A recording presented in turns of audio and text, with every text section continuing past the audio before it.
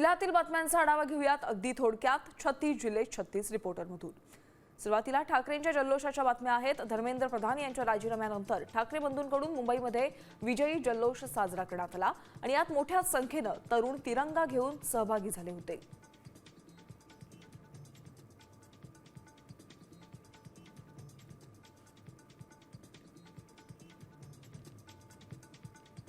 राज ठाकरेंनी या सभेत मोदी सरकारवर निशाणा साधत जेनझीनं सरकारच्या झिंज्या उपटल्या असा मिश्किल टोला लगावला।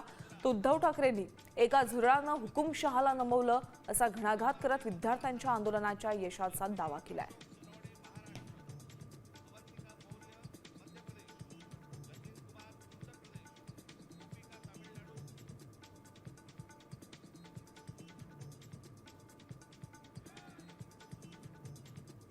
धर्मेंद्र प्रधान यांच्या राजीनाम्यानंतर आता विरोधकांनी इथेनॉलवरून आक्रमक पवित्रा घेतलाय।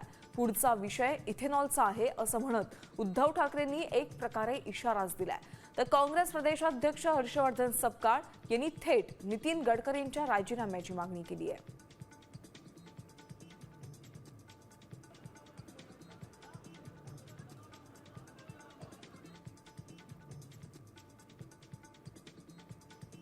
ठाकरेंच्या विजयी सभेत तरुणांनी आणलेल्या उपहासात्मक पोस्टर्सनी सर्वांचंच लक्ष वेधलंय।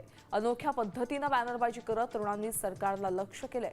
बिनधास्त जेनझीनं सरकार विरोधातील रोष पोस्टर्स मार्फत व्यक्त केले।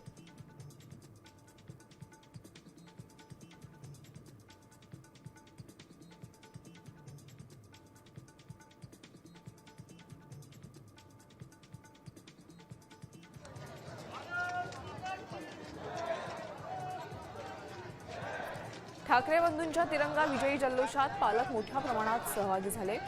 एक पालक नीटमधील आत्महत्या केलेल्या मुलांना श्रद्धांजली वाहण्यासाठी प्रतिकात्मक मृतदेह घेऊन सहभागी झाले।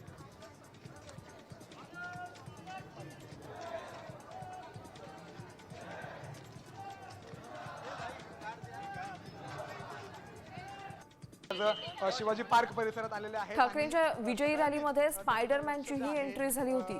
धर्मेंद्र प्रधान यांच्या राजीनाम्यानंतर या तरुणांना आनंद उत्सव व्यक्त केला। हा तरुण स्वतः नीटचा विद्यार्थी होता।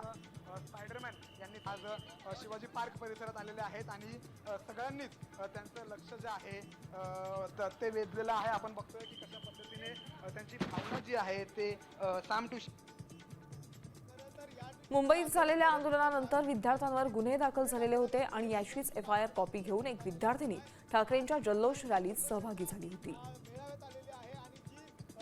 ही तरुणाई खरं तर या इथे आंदोलन करत होती आणि त्यानंतर या ठिकाणी गुन्हे दाखल झाले होते। हे शिवाजी पार्क पोलीस स्टेशनमध्ये झालेला गुन्हा आहे।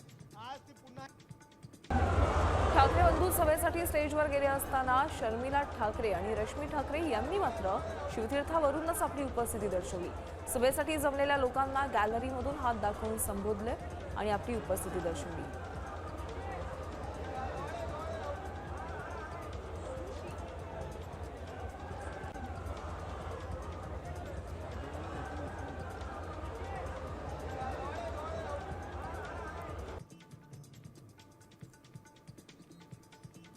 मनसे नेते संदीप देशपांडेंच्या टी शर्टनं सर्वांचं लक्ष वेधून घेतलंय। त्यांनी घातलेल्या टी शर्टवर हिटलरच्या वेशात मोदींचा फोटो असल्याचा दावा करण्यात आलाय आणि आता त्यामुळे जोरदार चर्चा सुरू झाली आहे। दरम्यान संदीप देशपांडेंनी घातलेल्या या टी शर्टवरून सत्ताधारी चांगलेच आक्रमक होण्याची शक्यता आहे।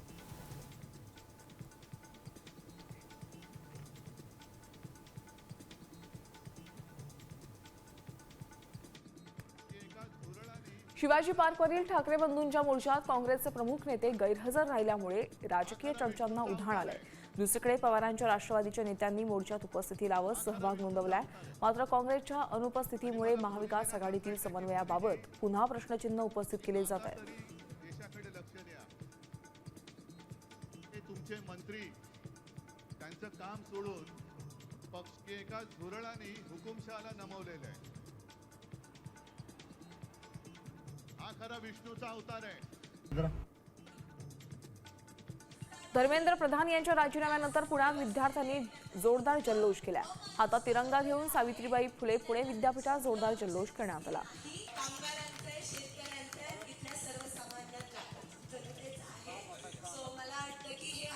हिस्टॉरिक होतं, हे ऐतिहासिक होतं, पण इथून पुढे शिक्षण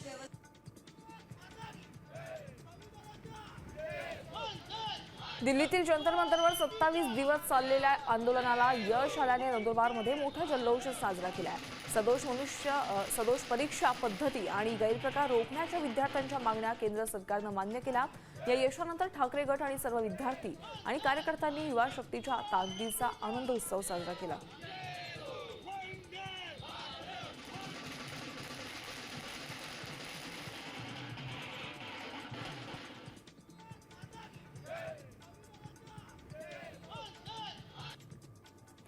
दिल्लीतील आंदोलनाच्या यशानंतर धुळ्यात भव्य विजय तिरंगा रॅली काढण्यात आली. केंद्राप्रमाणेच टीईटी पेपरफुटी प्रकरणी महाराष्ट्राच्या शिक्षण मंत्र्यांनीही तातडीनं राजीनामा द्यावा अशी मागणी करत विद्यार्थ्यांनी राज्य सरकारला थेट इशारा दिलाय.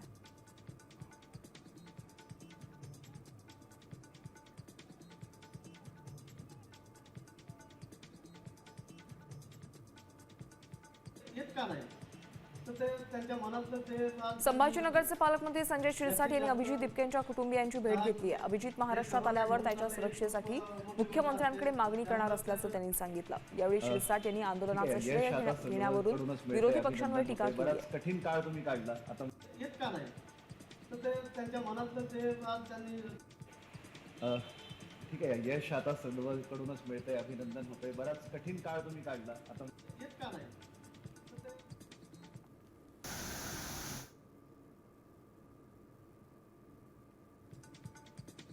नोएडामधून सोया चाप बनवण्याचा व्हिडिओ समोर आलाय. ग्राहकांच्या आवडीचा हा पदार्थ अत्यंत अस्वच्छ वातावरणात तयार केला जात असल्याचे यात दिसतंय. हा व्हिडिओ व्हायरल झाल्यानंतर नागरिकांमधून तीव्र संताप व्यक्त होतोय.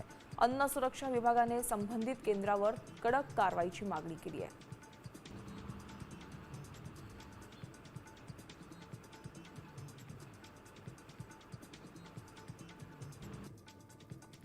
पुण्यातल्या हवेली तालुक्यात सहदुय्यम निबंधक कार्यालयातील मारहाण प्रकरणाला नवं वळण मिळालंय. निबंधकांना आधी पेपरवेट फेकून बांबूनं मारहाण केल्यानेच स्वरक्षणासाठी प्रतिकार केल्याचा दावा वकिलांनी केलाय. वकिलांवर खोटा गुन्हा दाखल झाल्याचा निषेध पुणे बार काउन्सिलनं केलाय.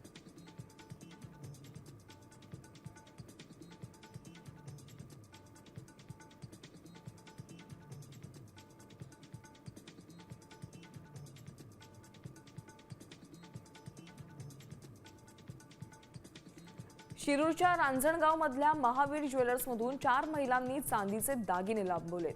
चांदीची जोडवी खरेदीच्या बहाण्यानं त्या आल्या होत्या. काहीही खरेदी न करता निघून गेल्यानंतर हा प्रकार उघडकीस आलाय. पोलिसांनी या प्रकरणी गुन्हा दाखल केलाय.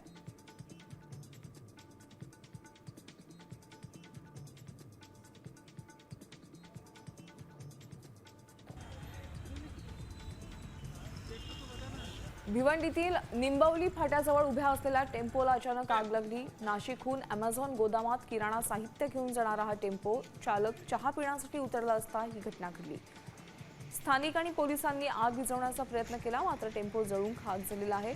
शॉर्ट सर्किटमुळे आग लागल्याचा अंदाज असून सुदैवानं जीवितहानी टळली आहे.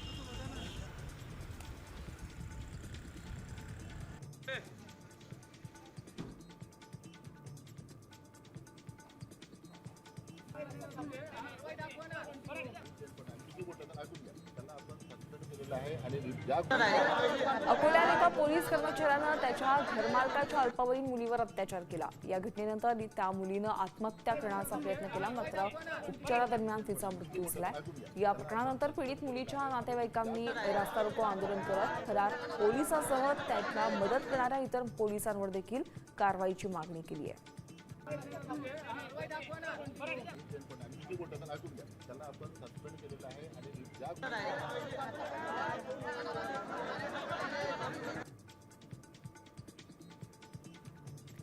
स्वराज्याची पहिली राजधानी असलेल्या राजगडावर पर्यटकांकडून शुल्क वसुली केली जाते, पण प्रत्यक्षात गडावर अस्वच्छता, तुटपुंज्या सुविधा आणि घाणीचं साम्राज्य पसरलंय. शौचालयांची दुरवस्था पाहून शिवप्रेमींनी संताप व्यक्त केलाय. वन विभाग आणि पुरातत्व विभागानं या प्रकरणाची तातडीनं चौकशी करण्याची मागणी होती आहे.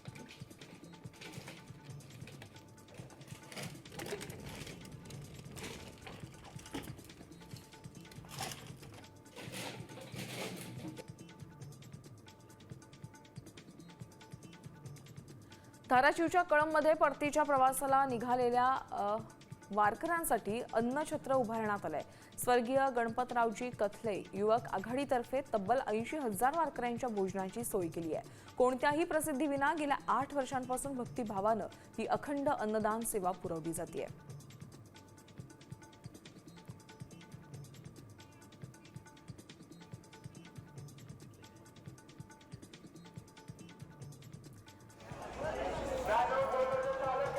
पंढरपूरमध्ये बस स्थानकावर आषाढी एकादशीला आलेल्या भाविकांनी परतीच्या प्रवासाला सुरुवात केली.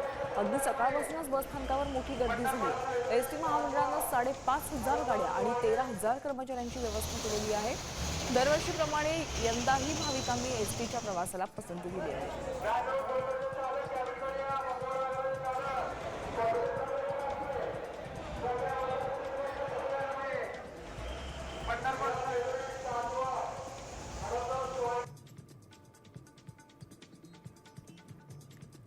अहिल्यानगरच्या कर्जत जलालपूरमध्ये नीट फेरपरीक्षेत अपयश आल्यामुळे एका 19 वर्षीय विद्यार्थिनीनं गळफास घेत आत्महत्या केली आहे. तिला परीक्षेत 166 गुण मिळालेले होते तर कट ऑफ 177 होता. डॉक्टर होण्याचं स्वप्न अपूर्ण राहिल्यामुळे तिनं हे टोकाचं पाऊल उचललं. माझ्या मृत्यूला कुणालाही जबाबदार धरू नये अशी सुसाईड नोट तिनं लिहून ठेवली होती.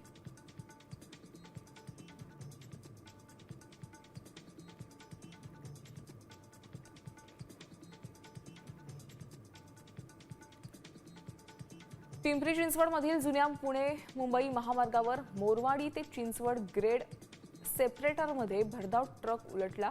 अग्निशमन दल आणि वाहतूक पोलिसांनी रस्त्यावर सांडलेला पदार्थ साफ करून ट्रक बाजूला सारला. पोलिसांनी तातडीनं कारवाई करत महामार्गावरील वाहतूक सुरळीत केली.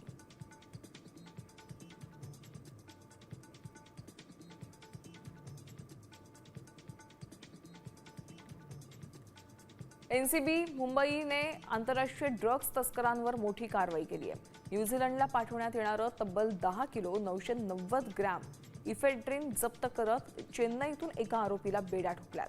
कपडे आणि फोटो फ्रेममध्ये लपवून हे ड्रग्ज कुरिअरद्वारे पाठवलं जात असल्याचं या संपूर्ण तपासात उघड झालंय.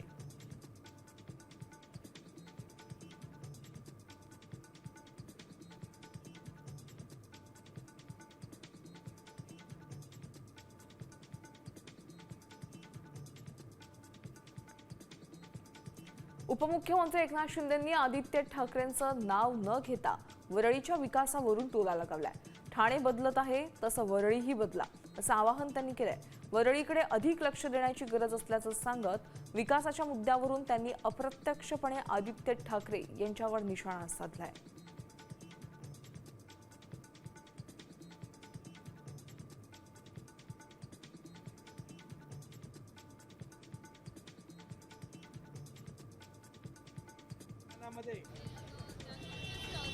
मोदींच्या निवासस्थानाबाहेरील आंदोलनावरून उपमुख्यमंत्री एकनाथ शिंदेंनी राहुल गांधींवर टीका केली आहे. देशात अराजकता पसरवण्याचा प्रयत्न सुरू आहे असा घणाघात त्यांनी केला. नरेंद्र मोदीजी यांच्या निवासस्थानामध्ये